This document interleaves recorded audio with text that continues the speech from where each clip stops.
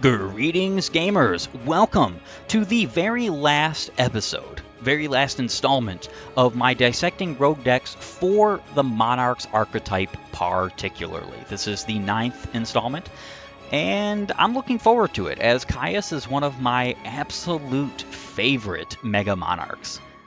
Let's jump right into it, shall we?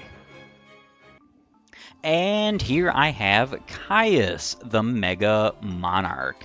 He is probably, alongside Zaborg, my favorite Mega Monarch. I think Zaborg is more so because I can use rituals with him, especially Demise and Ruin, because I love Demise and Ruin, one of my favorite archetypes, and in fact, my favorite ritual archetype ever.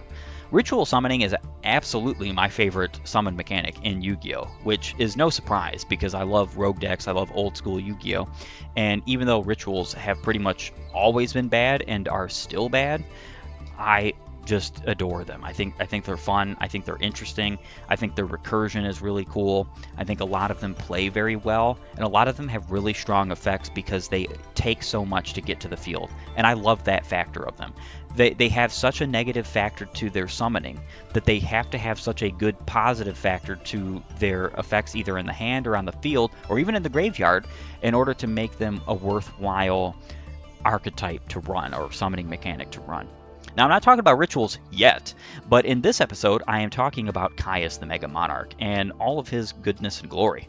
So, Lucius the Shadow Vassal is his vassal. It's not necessarily a vassal that makes a lot of sense for Caius with his tribute effect, because showing you what like your opponent has set like spells and trap wise is pretty good. It's pretty good, but because Caius really doesn't want to banish a spell or trap, he wants to banish a monster, particularly a dark monster, you don't really care about this. You really don't care about this. Now, if your opponent doesn't have any monsters on the field, or if, let's say, you use Stormforth to get rid of his monster, and he only had one monster, or whatever, or you did Interrupted Kaiju Slumber, and you destroyed all his monsters, so on and so forth, you could then use this to use Caius's effect to banish your opponent's spells and traps.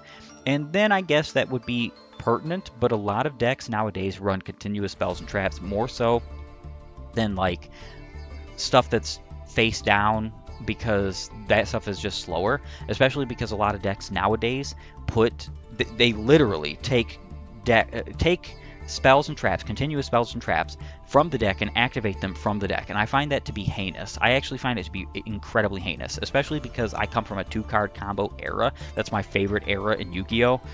Even though I am an old school player from the original part or game of Yu-Gi-Oh!, I think the best era in Yu-Gi-Oh! Was the 2-card combo era. I think that's the most fun, it's the most interesting, it's the most diverse and like relatively reasonably balanced era of Yu-Gi-Oh! And so the thing is that with that in mind, the cards and the decks and archetypes that I use that are 2-card combos decks from that era that have effects that allow them to grab continuous spells and traps or even put them on the field don't get to activate them. They put them face down. So you have to personally activate them, and if it's on your opponent's turn, you don't get to activate them. That's really how that should be dealt with. Now, Lucius is pretty interesting for this deck, so he's still useful. I still put him in the deck just because there's a lot of banishment in this deck. In fact, I even considered putting 3 Lucius in the deck because this deck is all about banishing and then recurring your banishment, but I just decided not to because I think he's too much of a brick in the hand because he doesn't have any effect upon summon like Adea and Eidos. So I have 3 of those, Adea and Eidos, and then I have 2 Necroface. If this card is normal summon, shuffle all banished cards into the deck. This card gains 100 attack for each card shuffled into the main deck by this effect. If this card is banished, each player banishes 5 cards from the top of his deck or his entire deck if less than 5. So the second effect of if this card is banished, you banish 5 cards, blah, blah, blah, is never happening in this deck. It's literally never happening in this deck because you must be banished face up in order to get banishment effects off. And that's just how that goes. So if you banish this card face down using something like Pot of Desires or Gizmek Orochi, you're not getting this effect off, so it's not relevant. What is relevant is having this card in your hand for a later time period to recur your cards in case you use something of the sort like Pot of Desires or Gizmek Orochi, where you're basically milling your own deck. And there's a plus to this, because you could actually make this into a pretty strong monster, all things considered, attack point wise, like a beater, if you were to banish enough cards and then recur enough cards. So pretty much any deck that I have that uses Pot of Desires, even my more so competitive decks, will use Necroface, and it's because there's no reason why you wouldn't in just pretty much any case. I do have one Caius the Shadow Monarch. If this card is tribute summoned, target one card on the field, banish that target, and if you do, inflict 1,000 damage to your opponent if it is a dark monster. So, of course, Caius is all about banishing a card on the field. You could target any card on the field. It doesn't have to be a monster. So if your opponent doesn't have a monster, you could target one of his spells and traps. However, this is a mandatory trigger effect. So if he's the only card on the field, he banishes himself. Now there is a plus to this, unlike other cards that kind of target themselves in this sense, like Zaborg. Zaborg has a plus to this too, but you have to have an extra deck. Now, Caius, he'll still do the 1,000 damage to your opponent. Is that relevant or realistically useful compared to just like attacking for 2,400? No, but at least it's better than nothing, I suppose. And realistically speaking, because of the banishment mechanics in this deck and the recursion with the banishment, it doesn't really matter. I don't really care in either case. I'm never really going to use this card in comparison to the Mega Monarch, which is a shame, because the Mega Monarch doesn't have a summoning mechanic, and Caius the Shadow Monarch does. I do have one Kiraz, the Light Monarch, 2 Radiant, the multi-dimensional Kaiju. He is the Dark Kaiju for this deck.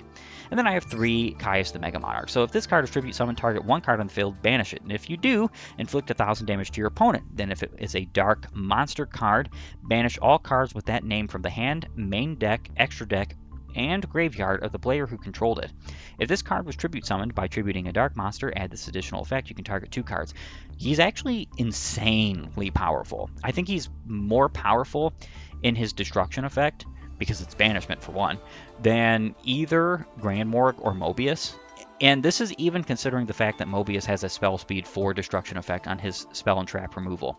I still think Mobius is fun, but I think Caius is better. Caius is the best version of this when it comes to all of the Monarchs, because he gets rid of all of the copies of this. And if you're playing against an opponent that doesn't want his copies of his cards banished, i.e. if you were playing a Dark Magician deck or against a Dark Magician deck or something of the sort, you're just kind of guaranteed to win in that case, which is kind of funny, but also just interesting. So I do really like Caius the Mega Monarch. I think he's fun. I have 1 Ether, 1 Erebus, 2 Gamma Seal, and then I have 3 Gizmek Orochi. Gizmek Orochi is probably the most important extender piece in this deck, and it's just because he allows for all the plays. He allows for the plays of Necroface, he allows for the plays of getting monsters on my field. If I was going to be more privy about how I was going to use his effects, I would have an extra deck. At least a few cards, maybe not a lot, but a few cards, because the thing is, I even thought about using an extra deck with like Eater of Millions. I just decided not to do that because I have a deck based around banishment. It's actually a Grenmaju / Gendora deck. And that deck is more focused on these effects and so on and so forth. This is just really for extension. So I have Gizmek Orochi, the Serpentron Sky Slasher. If this card is in your hand or graveyard, quick effect, you can banish 8 cards from the top of your deck face down, special summon this card. You can banish 3 cards from your extra deck face down, then target 1 face-up monster on the field, destroy it. You can only use 1 Gizmek Orochi, the Serpentron Sky Slasher effect per turn, and only once per turn. So realistically, he can't get the second effect off because I don't have an extra deck, right? I don't care about that. Even remotely, I don't care about that. Reason being is because I have Caius, the Mega Monarch, and I have Caius, the original Monarch, and I have Kiraz. I have ways to destroy my opponent's monsters off the field. I didn't want an extra deck with this deck, though I do think that concerning what I have here, Caius is the second best option for an extra deck, fodder. So if I was going to change this deck to make it a little bit more quote-unquote competitive, I would probably add in maybe a 15 card extra deck, 10 to 15, somewhere between there. And then I'd add 3 copies of Eater of Millions, and then I'd have Gizmek Orochi. And then it would be a more complete deck with more extenders and more boss monsters and so on and so forth. More effects that could go off, but I just don't care. I don't need it. I have 1 Rota, I have 1 Pot of Avarice, 3 Tenacity, 3 Pantheism. You never really want to run a Monarchs engine without 3 of both of these. It's why it's a little bit saddening that they're both SRs, but thank goodness they're not URs. I have 2 Interrupted Kaiju Slumber, and then I have 3 new cards that you've never seen before. Frostblast of the Monarchs. If you control a monster with 2400 or more attack and 1000 defense, target 1 set card on the field and destroy it. It's not really good. I'm going to throw it out there. It's not really good, but it can be fun just as a side piece, because what this card does secondarily is just better. You can banish this and 1 other Monarch spell and trap card from your graveyard, then target 1 set card on the field, destroy it. So it's just more banishment. It allows you to use this effect twice, and there's no limit on how many times you could use this. So you could have 3 Frostblasts of the Monarch in your hand. As long as you have a monster that meets the requirements, you could use this effect, destroy a set card on the field multiple times if your opponent has multiple set cards, and then you have that fodder in the graveyard. And then you could banish 2 of these to activate 1 of the effect and, destroy another set card on the field. Again, it's not good, but because of the whole banishment motif, I was like, you know what? Let's go ahead and throw it in for the sake of having some kind of removal, right? Other than just Caius.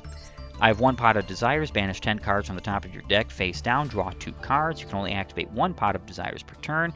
The 1 Pot of Desires per turn activation limit means that, in my humble opinion, I don't realistically understand why it's at 1 of, and it's limited to 1. I don't understand that. I just don't. If it was like unlimited in its usage, where you could chain them in the same turn, I could see it, but you're actually pretty likely to banish at least 1 of your other copies of this card when you use it. So well, I just don't think that this is as powerful as something like Trade-In, for instance. I just don't. There's a lot of people who disagree, but I could easily fill this deck full of level 8 monsters. I could do Kaijus, I could do Gizmek Orochi, I could do Alpha, I could do the Mega Monarchs, I could do Horus monsters and still have a competitively viable deck, as well as a bunch of like Trade-In and stuff like that. I could do Advanced Draw. I think all of these are more powerful, realistically speaking, than Pot of Desires. Pot of Desires allows you to... It benefits you if you're using a banishment deck. It's why you're only going to see it in my decks that utilize banishment. Because the fact remains is that if you have a way to recur your banishment, then this is a non-cost. So because I have Necroface, and as long as I get a Necroface into my hand, I can recur this cost, and it doesn't really matter. I have 1 March of the Monarchs, 1 Return of the Monarchs, 3 Monarch Stormed Forth, 1 Monarchs Awakened, 1 Jar of Avarice, 1 Erupt, 1 Escalation of the Monarchs, and then 2 the Prime Monarchs. So this has been the showcase of my Caius deck. It is time to get to the demonstration. Yeah, so going second is always what you want to do with these versions of the Mega Monarch decks, and that's exactly what I want to do here. Of course, you can build them going first. Like I said, you could just nix a few cards and make sure that you had more escalations, and you'd be perfectly fine. I do not want to summon Gizmek Orochi this turn, so I'm going to turn off my activation and just ride out the turn. I would strongly recommend that if you are playing Master Duel, that you change your settings so that you control the activation, and I would put it on automatically, and then also I would have it so that when the turn changes, it automatically changes for you, because there's been times where I have forgotten that myself and have missed timings and effects, which is just not exactly something you realistically want to do. So I'm going to get rid of March of the Monarchs here to draw my 2. Ooh, I got Caius. That's very nice. And Pantheism can get deleted into banishment. Those 2... I should have maybe done Awaken. It doesn't matter. I'm going to get Pantheism. So, the thing is here is, the reason why I didn't use Gizmek Orochi last turn, and why I'm still not going to use it pretty much until the end of my plays here, is because Monarchs is a draw archetype, right? They want to draw. And because they have a draw engine with Pantheism, you do not, absolutely do not want to necessarily waste your cards on your deck first by banishing them before you draw into potentially good cards. So I'm going to use Pantheism again here, and I'm going to get rid of Frost Blast.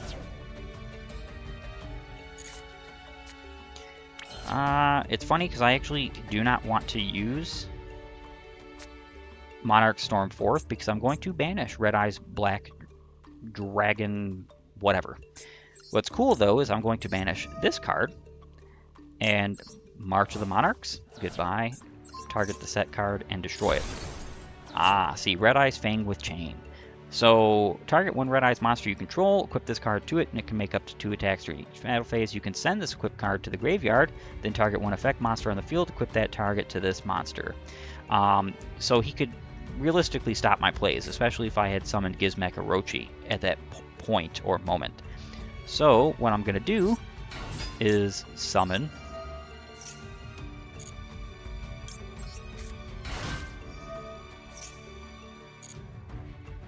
put return. I'm going to use this. This is going to seem very silly, but the reason why I'm using this is actually so that I can recur on the following turn with the Prime Monarchs. I am absolutely not going to be actually using my opponent's monster to summon, which is a very weird thing to say, but it's just how that goes. These 2 are gone. You are banished. The first banish is always mandatory with Caius, so do understand that. Now, I'm not banishing another card because there's no realistic reason to, and I guess I could bring the original Caius to my hand.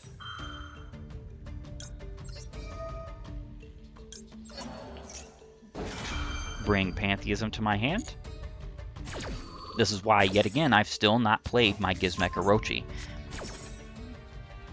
And the original Caius here. All of the copies are gone. I knew that I was going to be able to get my other Pantheism to my hand, and for the sake of being able to draw into it, I did not want to necessarily use that right away. Now I can use Gizmek Orochi. Summon him, and let's see what I lost. Lost Jar of Avarice. Okay. I did not lose a single Necroface, which is very good news. At least for me. Not for my opponent, but for me, for sure. And then I'm going to end my turn.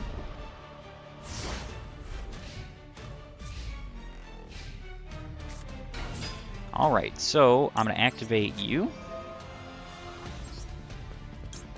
Shuffle those back into my deck, draw 1, and I'm also going to activate you.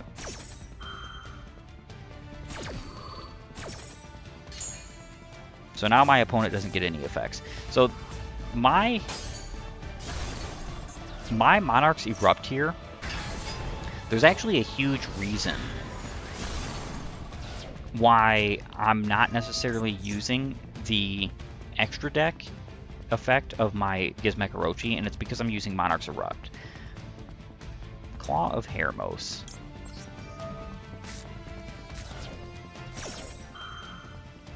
Let's see what I lost. I lost both Necrofaces, so actually now I can no longer recur, which is very saddening. Yeah, your effects are negated, buddy. Isn't that unfortunate?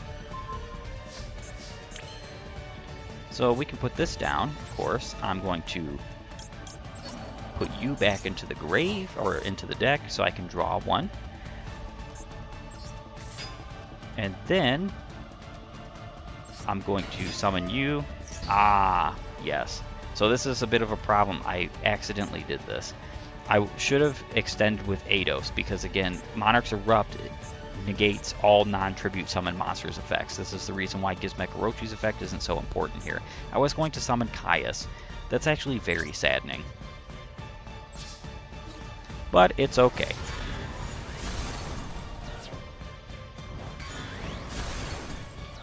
And Eidos is the finisher of this duel. That's actually very, very funny. Comical to say the least. That is all, though. I want to thank you for joining me. If you like my content, please upvote and follow, or like and subscribe, depending on your platform of choice. Leave a comment down below, and while you're at it, have a great and glorious day gaming.